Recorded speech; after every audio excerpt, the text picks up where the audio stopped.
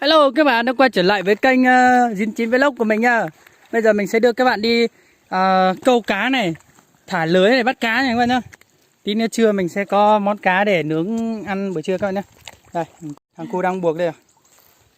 Buộc cái gốc này để cho nó tránh được cá thì cái lưới nó đi theo cá nhá các bạn nhá. Tuột đấy. Buộc vào đây cho nó chắc. Thằng cu này bắt đầu đi nhá. Lúc này mình cũng đang thả một lưới ở dưới kia rồi. Cái lưới này là lưới của cá sảm các bạn nhé. Lưới dưới kia là chuyên cho cá rô này, cá tép này và cá vân vân và mây loại cá to luôn. Đấy, bây giờ cô đang thả lưới các bạn nhé.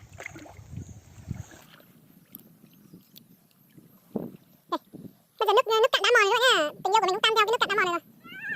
Đấy, sâu lắm nhá. Nó toàn bùn thôi, bùn của nó để rơi tầm khoảng 50 phân rồi. Mình đang đứng này phải rơi 50 phân. Còn những chỗ khác thì nói chung là con người cao mét rưỡi thì cũng tìm thấy nó mà đang rơi xuống bùn. Các bạn đã từng đi bắt cá như thế này chưa? Có lúc mình đi cùng nhau cái bè này, cái bè này ẩu lắm. Ai mà chơi quen đi rơi xuống là coi như là ngụm nước 2 ngụm 3 ngụm nước là chuyện bình thường. Một trong đây ta. Đấy, các bạn thấy chưa? Rồi, cô về xong mình bắt đầu lên bè đó. Đấy. Rồi lên rồi. Còn cá trắng to hơn. Trong này mình có rất là nhiều đồ vân vân và mây rồi nhé. Toàn những chai và thịt các kiểu này. Để mình đi mình mắc một tí đấy. Mình chui đi. Mình lấy cặp bia ra uống rồi rơi cái này luôn các bạn nha. Xem tầm tí chiều mình làm luôn. Ngập xuống đi đéo đó. Này, mình cũng đang kéo về kìa. Mình sẽ đến cái đoạn mình thả cái lưới to xong rồi mình câu. Các bạn thấy chưa? Wow, tuyệt vời.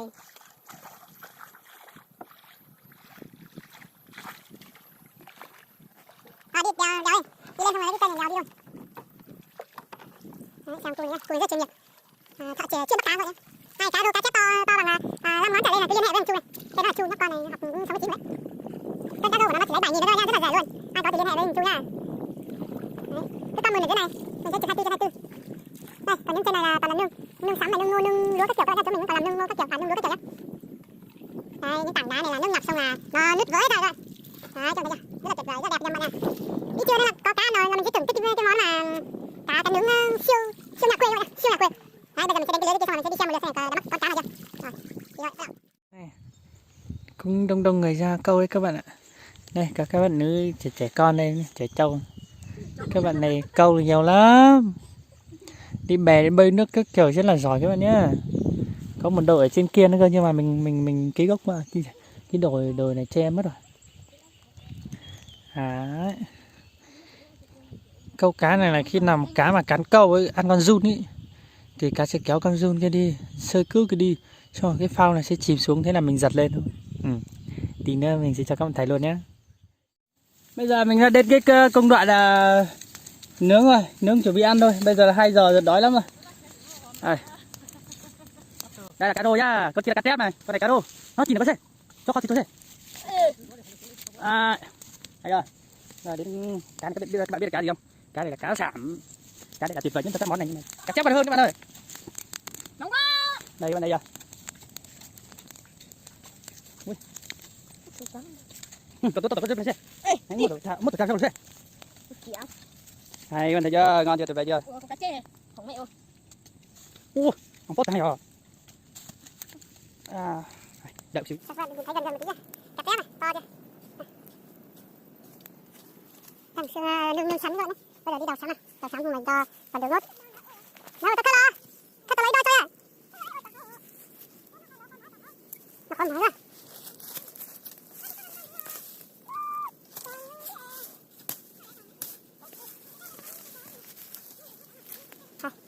Sắn. Valentine กูก็โสด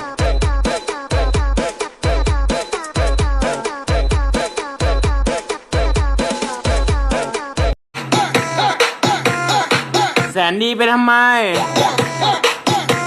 เขาเลือกคนถูกใจไม่ใช่คนดีนะครับผมรู้เรื่องกระเบื้องหมด Đến cái công đoạn là nướng xong các bạn nhá, ăn thôi.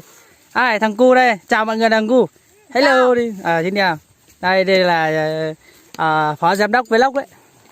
Này cho các bạn xem này, trứng cá chép này, ngon chưa, đỏ tươi chót vàng như cục vàng luôn. cá sảm các kiểu là đều để mình đến muộn quá, giờ này là 2:30 giờ rồi. Đây có món muối này, sắn các kiểu đây, sắn nướng các kiểu luôn, cơm này đầy đủ ấy anh em nha. Bây giờ mình sẽ ăn đây nhá. Bây giờ mình sẽ thử xem nào, test thử có ngon không. Tuyệt vời. Cá thì có đầy đủ các bạn nhé. Hôm nào ai mà muốn ăn đi đem cứ liên hệ với Vlog, xong là Vlog sẽ đưa các bạn đi bắt luôn nha các bạn nhé. Vậy nhá. Bye, cảm ơn tất cả các bạn đã theo clip của mình nha.